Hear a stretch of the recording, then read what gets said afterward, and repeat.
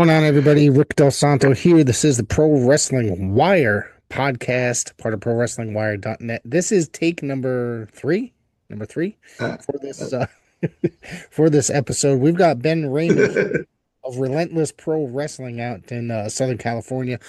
Ben, I want to say thank you for joining me today, and thank you for your patience. thank you for this opportunity. I haven't done very many podcasts, so I don't have a lot of experience with it, but I'm a very patient person by nature, as a lot of my colleagues at Relentless Pro Wrestling will tell you.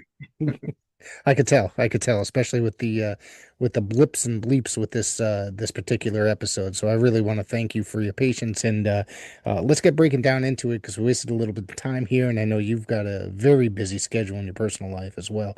So what Relentless Pro Wrestling, you stated in the original part of the interview that we started roughly 3 years ago, correct? Yes, sir. Billy Bond's our owner and creator of Relentless Pro Wrestling. He has a vision to go back to the old school Smash Mouth style of wrestling, community based, community driven, uh, very much akin to the old territory days.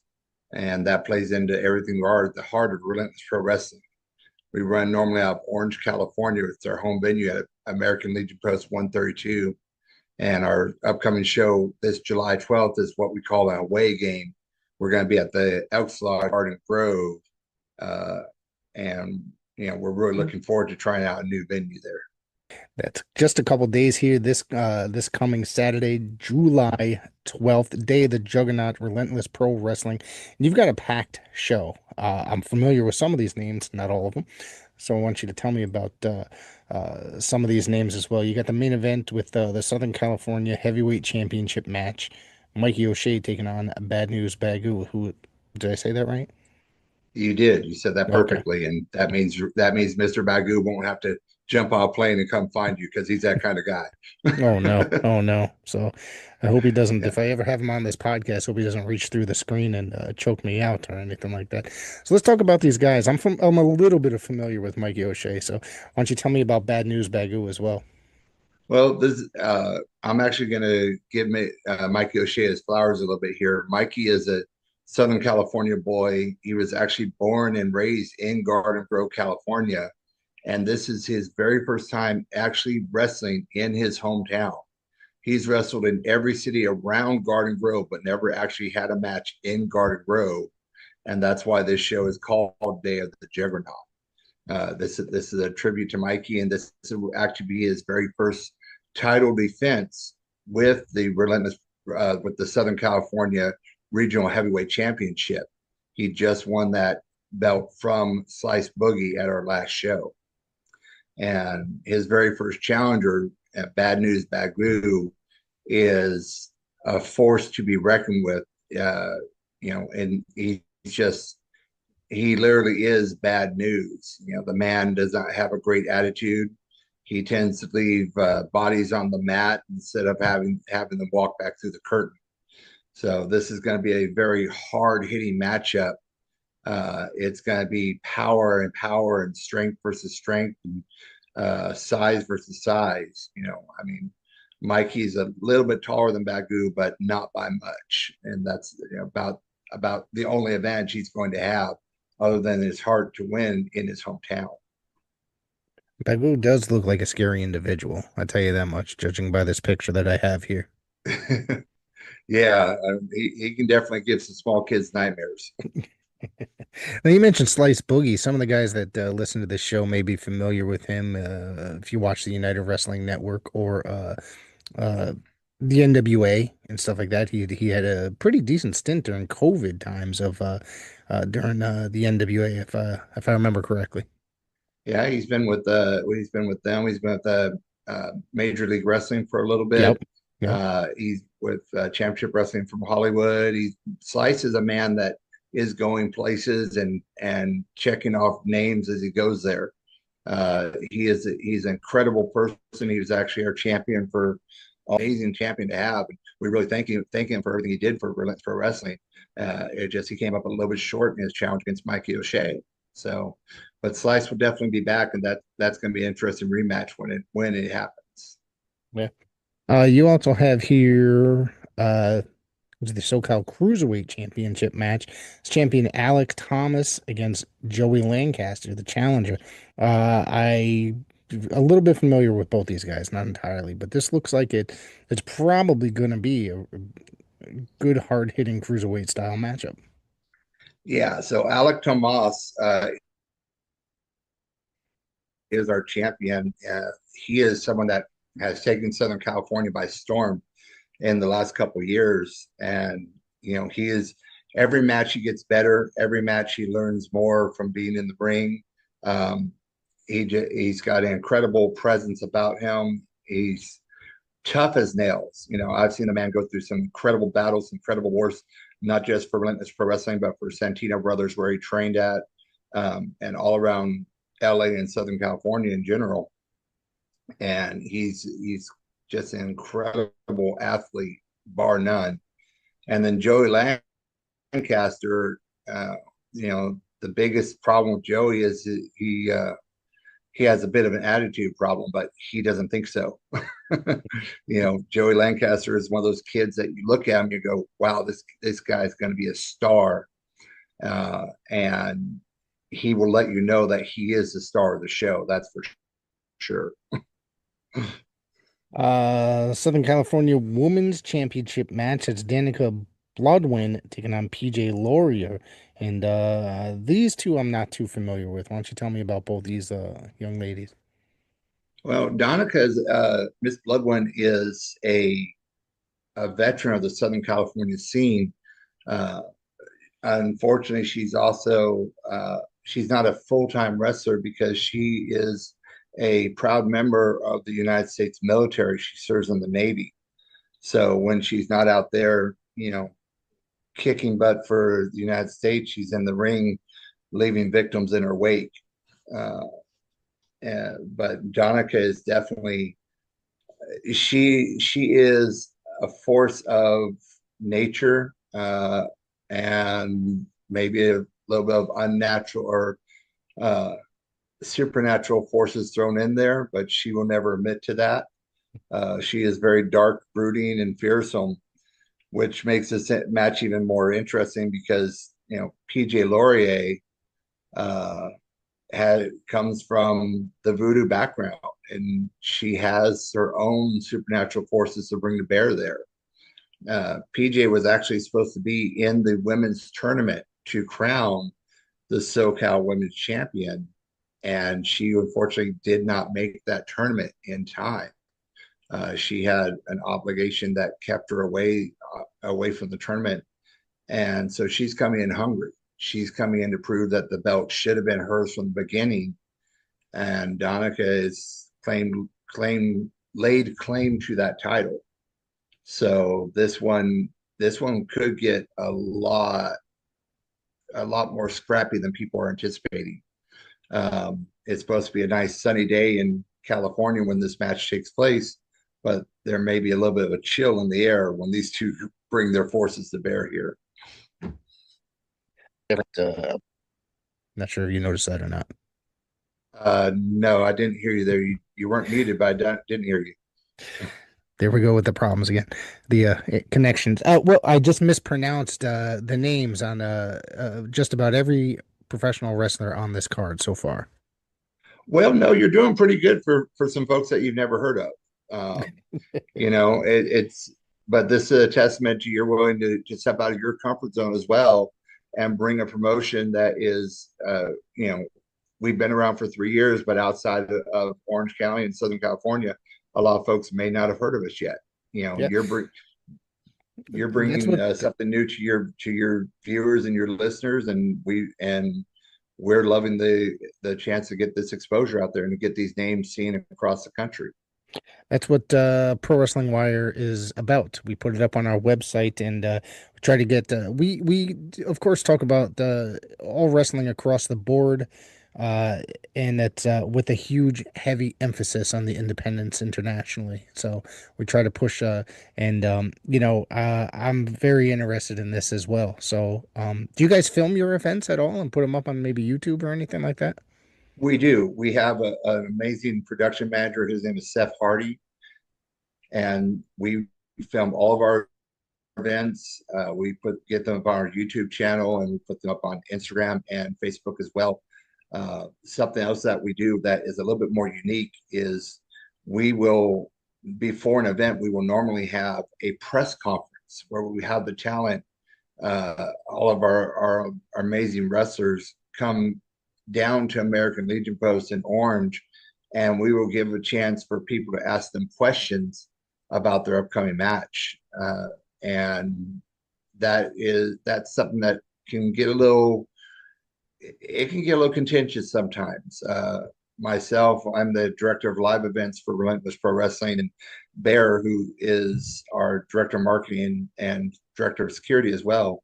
Sometimes both myself and Bear have had to step in between some of the talent and some of the wrestlers, and it's it's been interesting to say the least. But It sounds like it might so be a little everything's available on troublesome. YouTube. Yeah, it Yeah, a might be little a little. troublesome. Yeah, But everything's available on YouTube and our Facebook and Instagram, and uh, all the all the wrestlers share all the product as well, which is amazing, absolutely fantastic.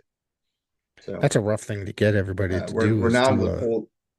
to share. A lot of getting a lot of people to a lot of the performers to share the product is could be difficult at times. It can be. We're trying to be a little bit different by providing a full package of services for the wrestlers. Uh, we will do before show and after show, pictures, headshots with the talent, anytime that they want to. Seth is amazing. The fact that he will go and he will find a wrestler in, for lack of a better term, their natural environment, and give them a chance to air their views, uh, leading up to a show, as opposed to just having them sit in their car and try and get a message across from a cell phone in a cramped environment. We got James Brady and I'm not even going to say this, El Primo Hano. So Yeah, that's I have actually to, pretty good there. It's El okay. Primo Genio. Oh, I almost Uh, got it. I almost got it. You did, and this honestly, this is my vote for I call it a cost of admission match. This Okay. is the one that's going to steal the show. Um, James Brady, if Joey Lancaster is arrogant and cocky, then James Brady is the one who wrote the book for him to read it from. Okay. Uh, he is, but he backs it up. You know, he may not have he may not look like the biggest, toughest guy in the room, but he will go toe to toe with anybody. And, 9 times out of 10, he's the one left standing. El Primo Genio is just one of those natural athletes who, uh, you know, he will outrun you, he will outfight you, he will outfly you. Uh, and you have to keep your head on a swivel because you never know where the next attack is going to come in from. He's just going to completely, come at you from every angle. And this match, I don't think it's going to be kept in the ring, which is very unusual for our work for our wrestlers. We like everyone to be able to see everything, but this match is going to go a little bit all over the place. Maybe leave Garden Grove and go into Santa Ana, or who knows, you know. We got I don't even know if I'm going to pronounce this right. Nicoya Chris and Lucas Lair, and this is going to be a heavyweight match. So individuals. So tell me about this one. This one sounds like it's going to be pretty interesting as well. Two heavyweights going at it. Yeah, this one is uh, in they've only been wrestling for a couple of years, and they're both just learning, how big and bad they both are. Uh, Chris Nicoya has been on our show, has wrestled for Relentless Pro Wrestling once before. He actually was in a triple threat with Mikey O'Shea, and he didn't come out on the winning.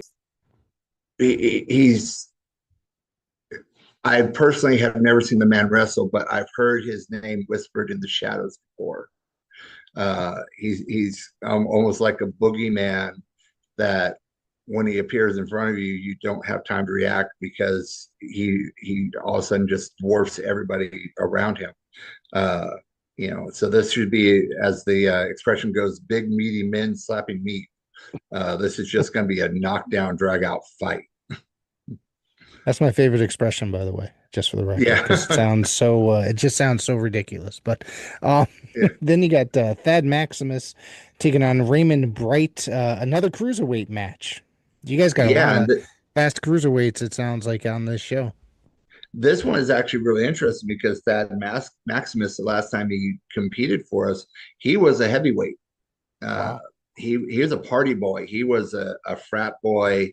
He was actually part of a collection with James Brady called Dim Bullies.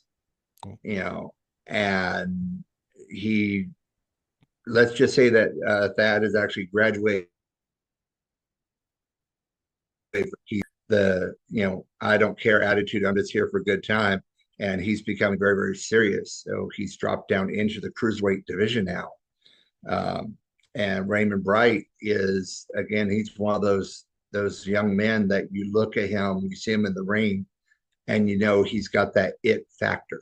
He's got all the makings to be a superstar in this business. Um, so this again is one of those ones that will is you don't want to look away because if you look away, you're going to miss something incredible happening in that ring. Sounds like a show I wish I could fly out for. I'm all the way on the other side of the Yeah, country, but it does. As soon as this comes out on your YouTube channel, I'm going to look forward to it, to checking it out.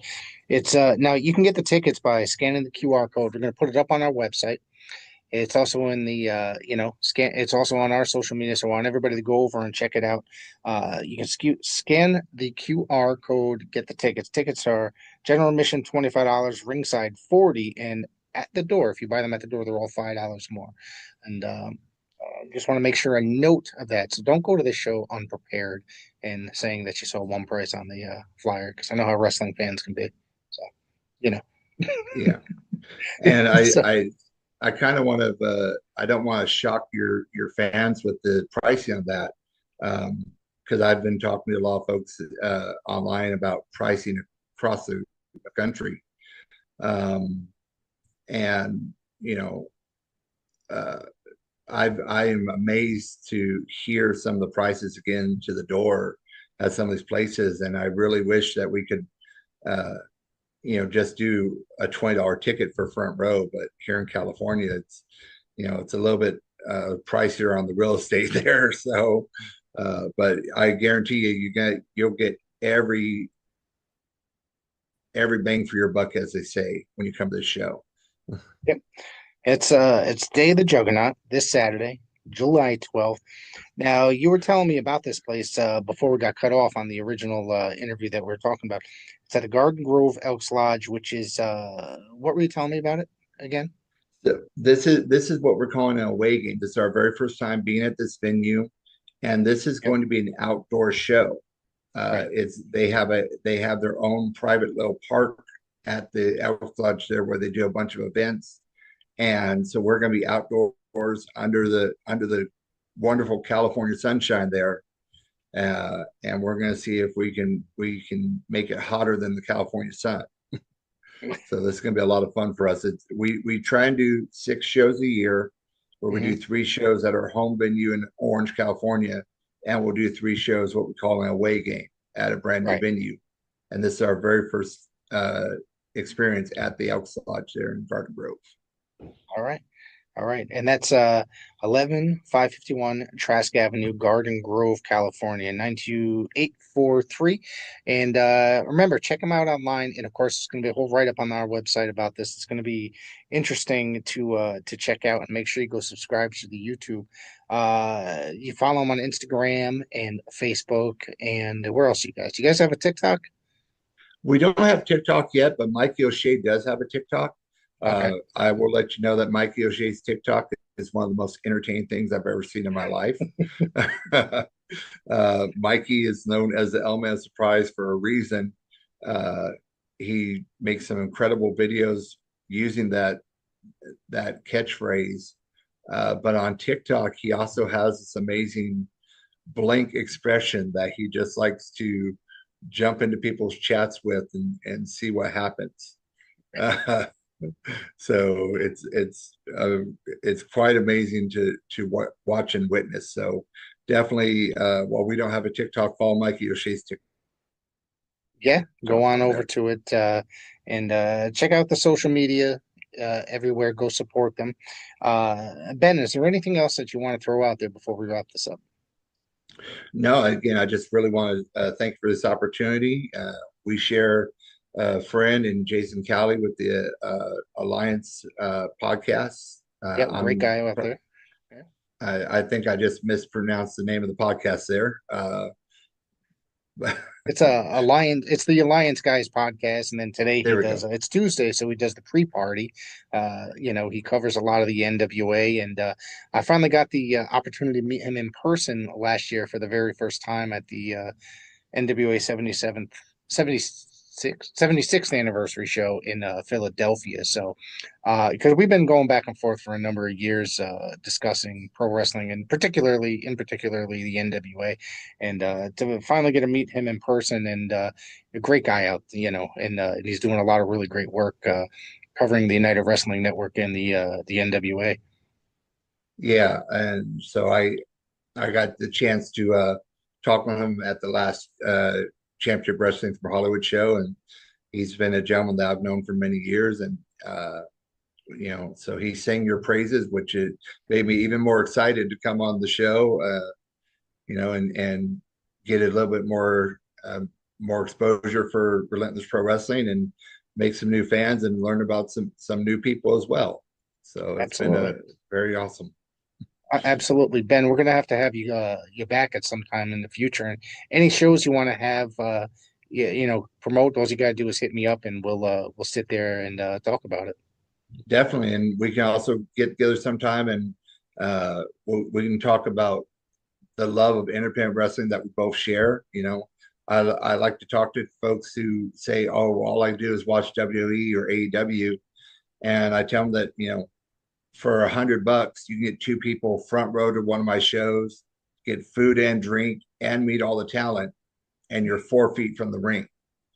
Yeah, You know, my front that's row the that's the is magic four. of independent wrestling. You know what I mean? That's like you're up close and personal, and a lot of these guys will walk around the venue. You know what I mean? Before the show and during intermission, after the show, you can get up close, talk to these guys, and you're not buying the merchandise from some random guy that's working the venue. You're buying it 90% of the time directly from the person that you're watching in the ring. Yeah, definitely. And that's the beauty of that's what hooked me on wrestling. I've been a wrestling fan most of my life, and once I discovered independent wrestling, I spend more money on independent wrestling in the past 25 years than I have on anything else. Yeah, Uh, it's so much. It's a sense of community. You've got your real family, you got your work family, and then you've got your wrestling family. yeah. You know, And I discovered independent wrestling. Well, I don't know, probably late 80s, early 90s. I don't know what your age is. How old are you, Ben? I'm 50. Oh, all right. So we're the same age. Okay. Oh, I'll Yeah, be 50 in 2 months. So, I was used to watching the AWA, NWA, World Class, and WWF, and the fair out here just had wrestling added one year in the later 80s, early 90s, and I went to it and as an independent, and it just literally hooked me into a whole different because independent wrestling is a whole different like life as opposed to like the mate watching everything like the TV wrestling and stuff like that. You know what I mean? oh yeah, definitely. It's I love seeing the interaction. Just not only as being a fan of it, but having the kids come to our shows and interact with the wrestlers. and they can cheer for their favorite wrestler or they can boo the person that they like the least. And being able to see that instant reaction, that connection with them when you yell something at a wrestler and they respond to it right away, it's right there. And it's unlike any other art form out there because, you're not really going to go to a concert and unless you're like right up against the barricade, be singing into the microphone. Yes, it's an enjoyable experience. I've been to many, many independent shows. Actually, now the only thing I really attend is independent shows. I can't remember the last like major show that I've been to. I mean, I think at one of my first ones, not first, but early on, I got caught giving Supernova the middle finger, and he came right up to me and said, "Hey." This is going to New Jersey for a Tommy Fierro show back in the day, and I don't think I ever did that again. But it was kind of a comical experience at that time. Oh yeah, it's just I've yelled some things to wrestlers that have made them stop and want to try and come out of the ropes towards me, and but it's all in good natured fun. And afterwards I'll make sure to tell them no hard feelings and buy them a drink or go up to them and shake their hand afterwards. And like bad news Bagoo, he's a bad guy, and but I promise if you go up to the merchandise table afterwards and meet the man, he's not going to bite you. Yeah, yeah. That's a lot of guys. It's like they're just arrogant pricks in the ring, but the nicest guys once you step out of that ring and are talking to them, in the parking lot or what have you. Yeah, and it's one of those things where you can make some lifelong friends in that pursuit because you get to see these people sometimes two or three times out of the week or the weekend even or multiple times in the month. Because independent wrestling is thriving. Hopefully, it's thriving in your area. We have a lot of choices here in Southern California, and we are always appreciative when the fans choose Relentless Pro Wrestling to come and spend their money on. Um, but it gives so many chances for people to see so many great talents out there at multiple different locations throughout the month, and it's really awesome.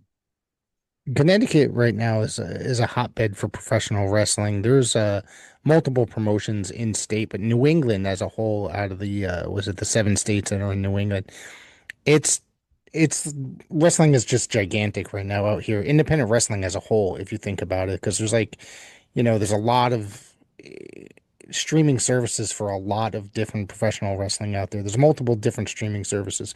IWTV is gigantic right now. It seems like with all the like companies that they're featuring on there, and a lot of them are from the New England area, not just, but I think that was a West Coast Pro, I think, is on there too, Mm-hmm. which I enjoy that product. I think Dave Marquez from United Wrestling Network is involved in that, or at least the production value.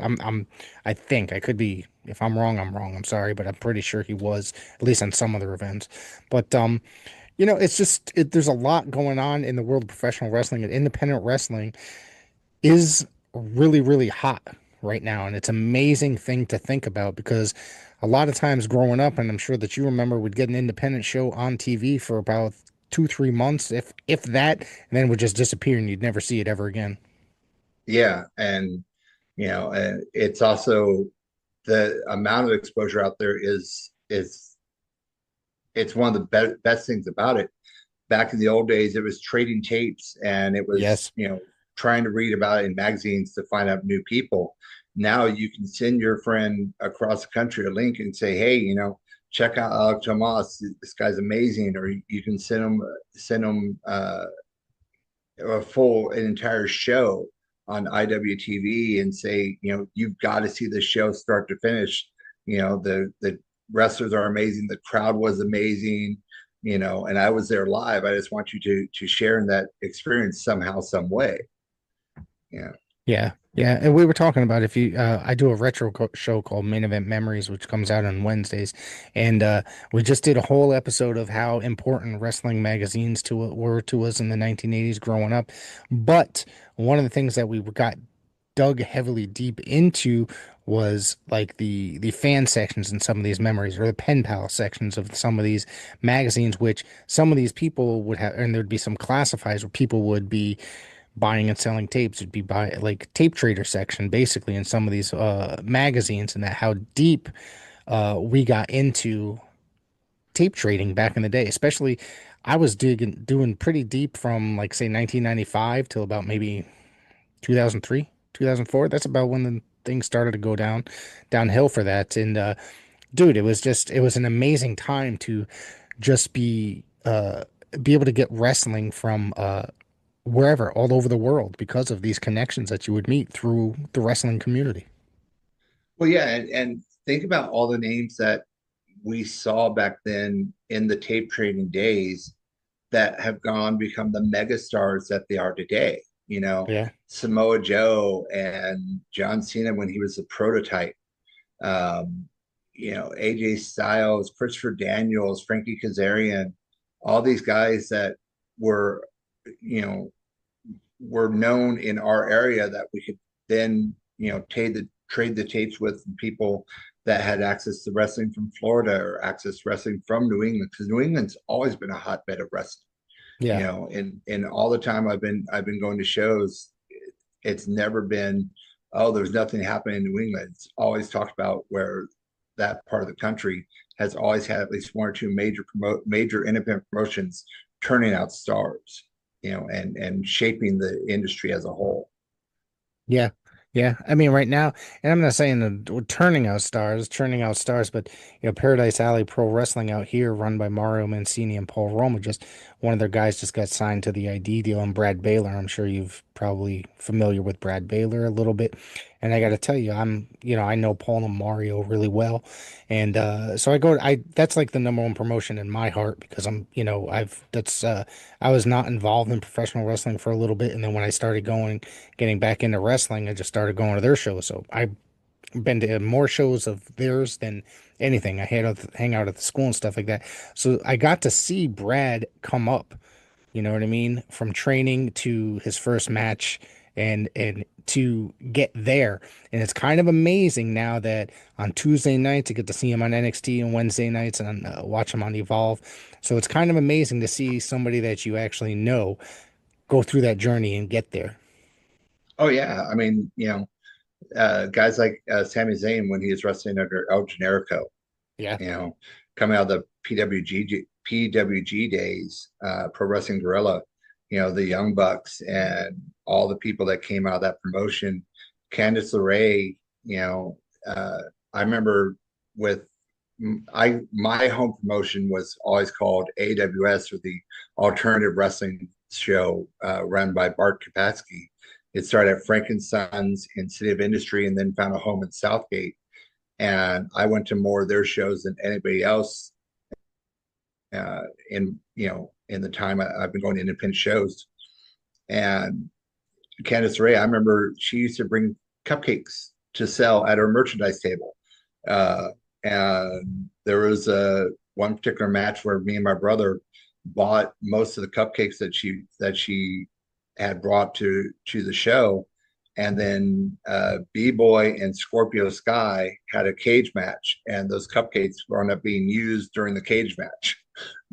So it's small random things like that that really make you just go like, yeah, this is awesome, Yeah. this is where I want to be you know Yeah. It's unfortunate we got like 2 minutes left before this thing is about to close out, but definitely want to have you back. Maybe we can I'm going away on vacation next week for my daughter's getting married. So Yeah, you we mentioned could that. That's gonna be it's quite an experience. It's been stressful on just as stressful on the parents as it has been on them, I'm sure. But the following week when I'm back, we should do this. We should get together again and have a full-blown conversation as far as uh, more of this kind of talk.